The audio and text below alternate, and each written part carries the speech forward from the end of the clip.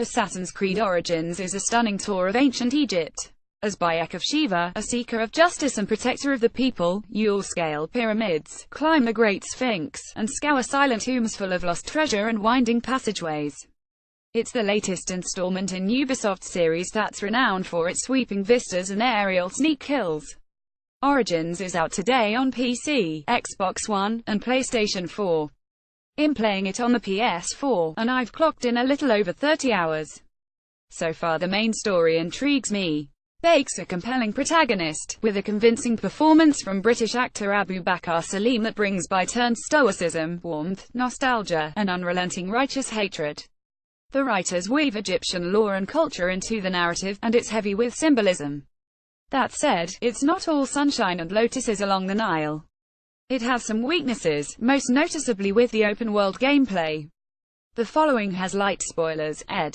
What you like so far: a stunning world to explore above, it's a beautiful day to go sailing. Origins is beautiful, and traversing the roads between iconic ancient cities like Alexandria and Giza never ceases to amaze. It's a huge map, so fast travel options exist. But when I've been forced to hoof it the old-fashioned way along dusty paths and by boat along canals and across lakes, where Assassin's Creed's take on Egypt has been a spectacle to behold: sunsets on shimmering waters, murky swamps full of lurking crocodiles, lush farmlands, and massive ruins rising from sandy dunes. Occasionally, you'll get caught up in a sandstorm, which sweeps across the landscape and plunges you into a deep blood-orange haze. Spectres and hallucinations begin haunting your steps, and bandits can fall upon you in an instant, taking advantage of the limited visibility. Origins makes good use of its environment, and each major area has its own personality. When you reach Memphis, the air is still, and the sounds are hushed. It's a gorgeous city that's fallen under a plague, and it's clearly withering in the grasp of some dark power.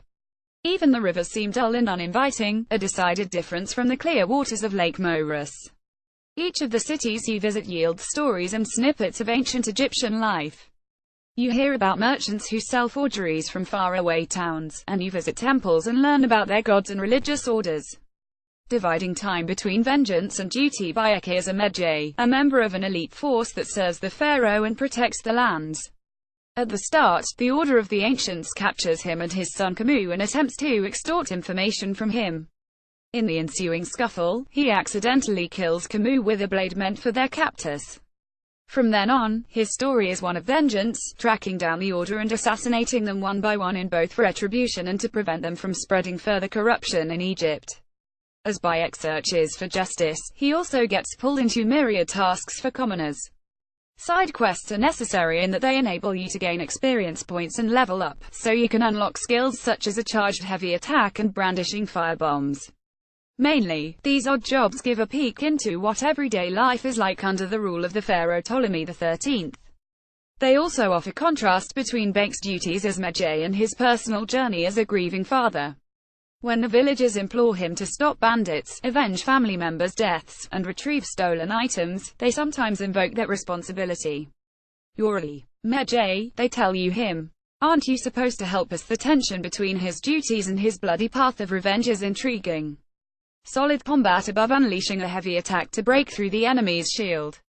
Most of the time, you can avoid combat by using stealth, and sneak kills remain satisfying. But when you do end up in a sticky situation, it feels mostly pretty good. When Bake's adrenaline bar is full, he can unleash a brutal, bone-crushing overpower move that changes depending on the weapon you're wielding. There are varieties of bows to equip, such as the quick-firing light bow and the warrior bow, which lets loose multiple arrows to strike down the enemy. Your surroundings also comes into play during combat, whether you're scaling walls to attack your pursuers from a distance or kicking over a jar of oil and lighting it on fire. You can always scan your surroundings for solutions, and the enemies telegraph plenty of information so you know when to dodge or when a crushing heavy attack is going to knock your shield out from in front of you. What you want: like so far repetitive side quests above. Sometimes you'll find secret challenges on the rooftops. Though I appreciate that the side quests are the everyday aspect of life in ancient Egypt, I can't help but feel that they're too repetitive.